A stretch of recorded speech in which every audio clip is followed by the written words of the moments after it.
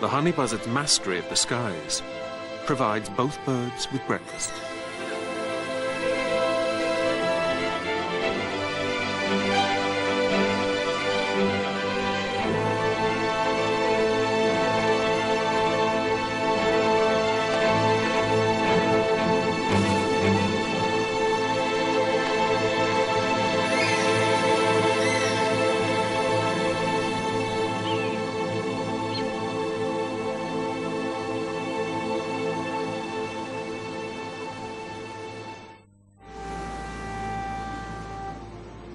This string of tiny sandbanks at the northern tip of the island is called Adam's Bridge, dotting across a mere 30 kilometers of shallow water to India.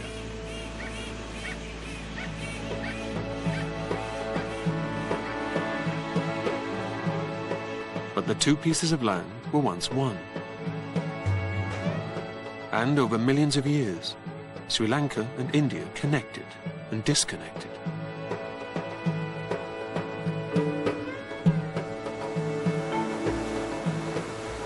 Each time they joined, new waves of animals would cross. Leopards and elephants made the journey. For some reason, tigers never did. Exactly why isn't known.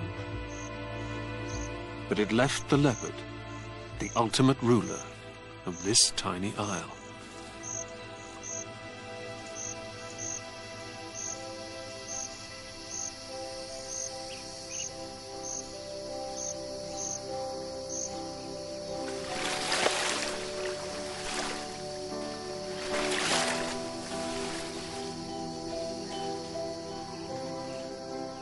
Like strange fruit hanging from the branches, fruit bats wait for the sun to go down.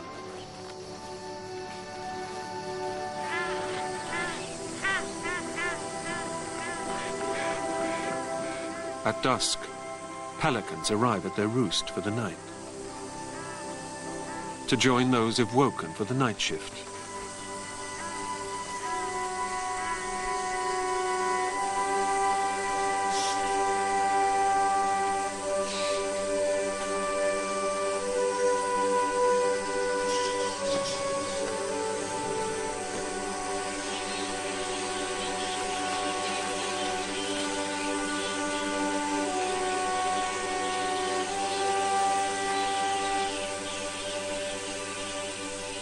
Fruit bats are the largest bats in the world.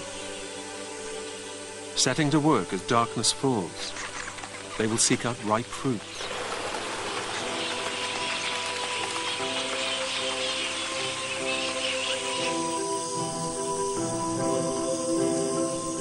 As the months pass, the monsoon rains become a distant memory.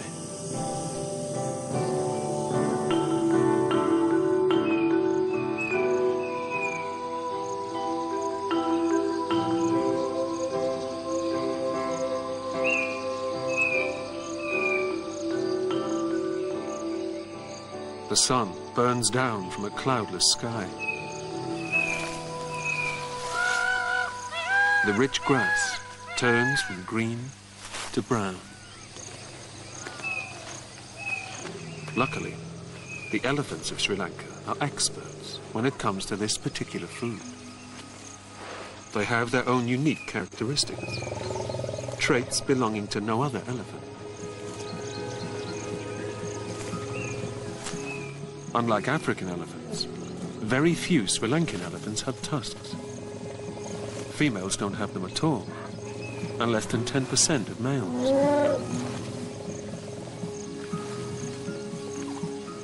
But they don't just look different, they behave differently. And today this calf is learning a few tricks of the Sri Lankan elephant trade.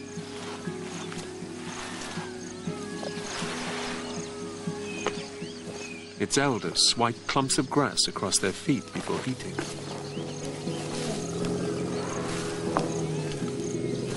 Knocking off the sand and dust that cling to their roots.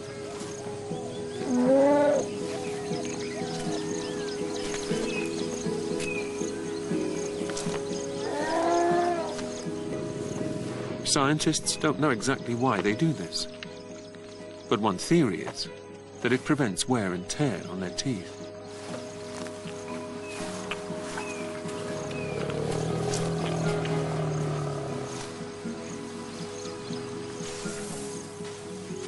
It's a piece of behavior passed on from one generation of Sri Lankan elephants to the next. A way of dealing with the lean times ahead.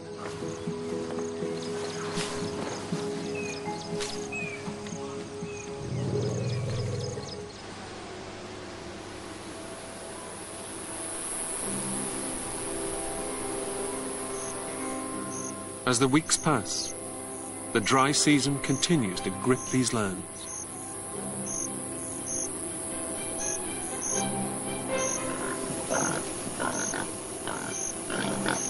The northeast monsoon from October to January would have filled these lakes to bursting. But during the dry months of the year, waters ebb away as the drought takes hold.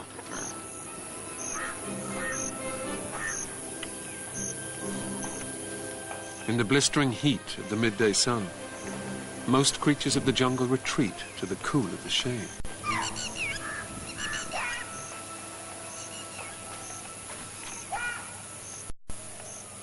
Surprisingly, it's the perfect time for these young jackal cubs to be sent out to play.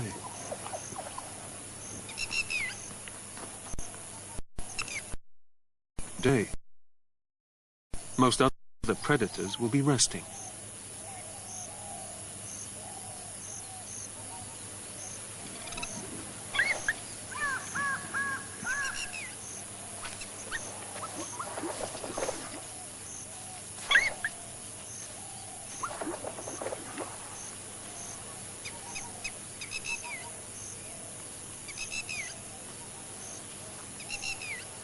Jackals form a monogamous bond. The young will have the protection of both parents for at least the first year of their lives.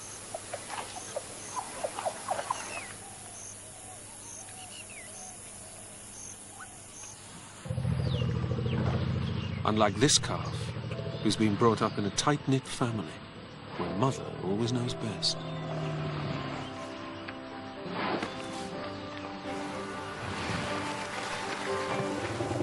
And in these arid months, her mother is wise enough to know that if she's to keep them alive, then she must lead her family in a search for fresh food and water.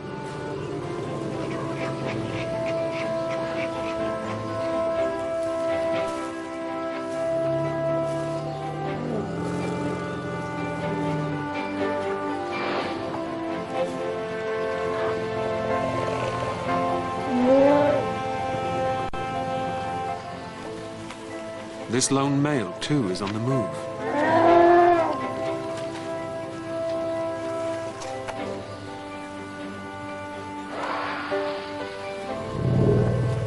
Like all the elephants in this area, he's setting off for the largest gathering of Asian elephants anywhere in the world.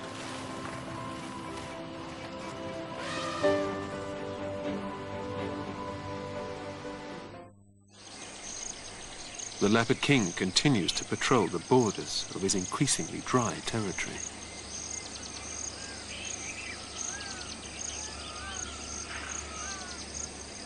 Jealously guarding a scavenged boar against other hungry mouths, he drags the carcass into the trees.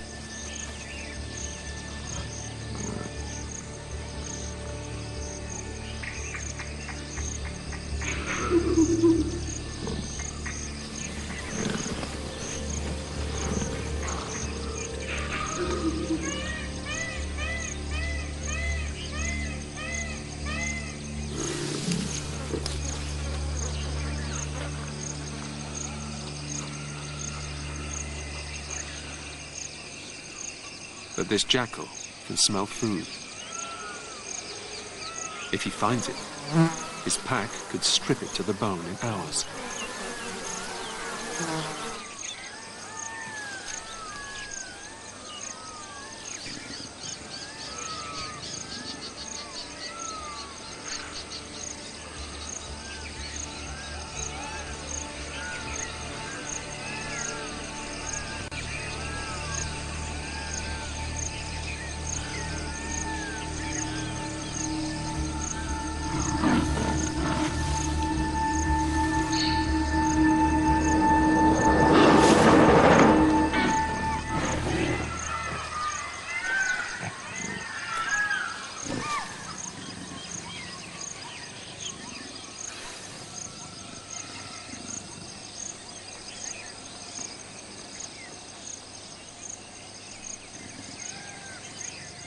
His meal defended, he returns to scavenge on what remains.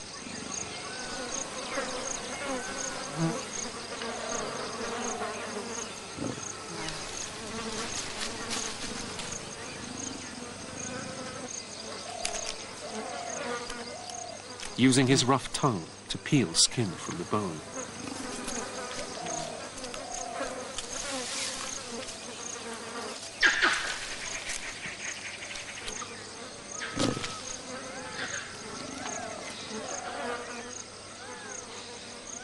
But keeping the carcass safe is a full-time job.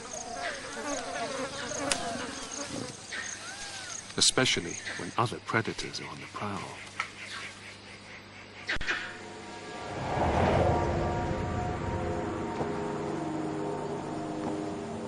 This crocodile has taken his search for food onto the land.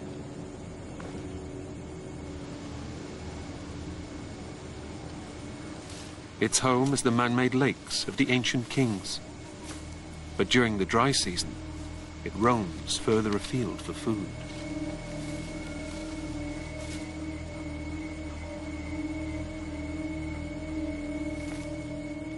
Marsh crocodiles grow up to 4 meters in length. And he has no problem making short work of what little remains of the boar carcass.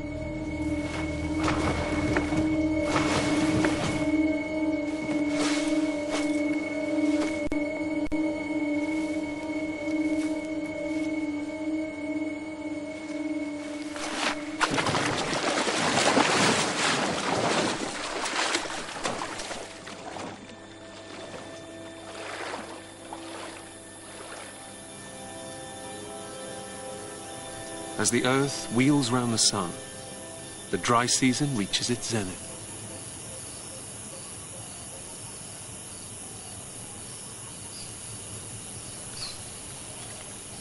Pools of water shrink in ever-decreasing circles. Beneath the surface, crocodiles bubble.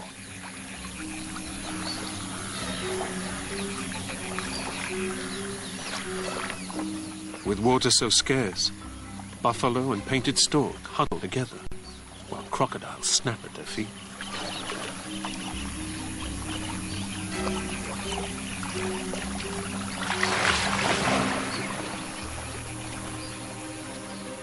Huge concentrations of fish trapped in these shrinking pools mean the crocodiles ignore their fellow bathers.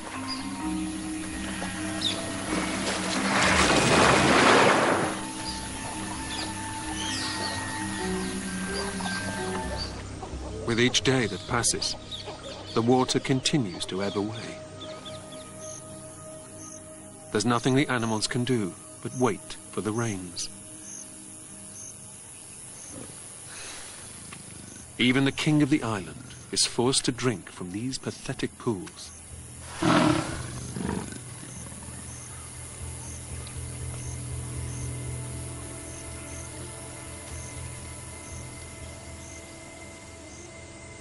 The earth baked hard, unrecognizable from the lush lands of 6 months before.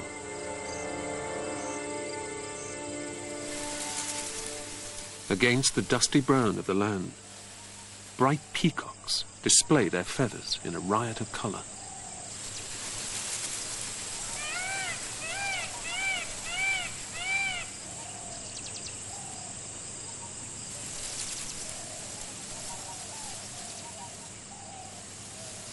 A courtship dance, which, tradition has it, heralds the imminent monsoon.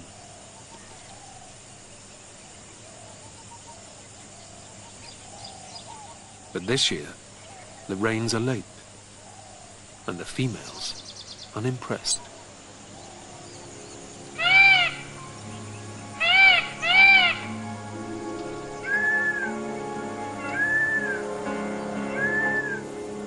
This is a precarious time for all the creatures of the lowlands. With each new dry day, the fight for survival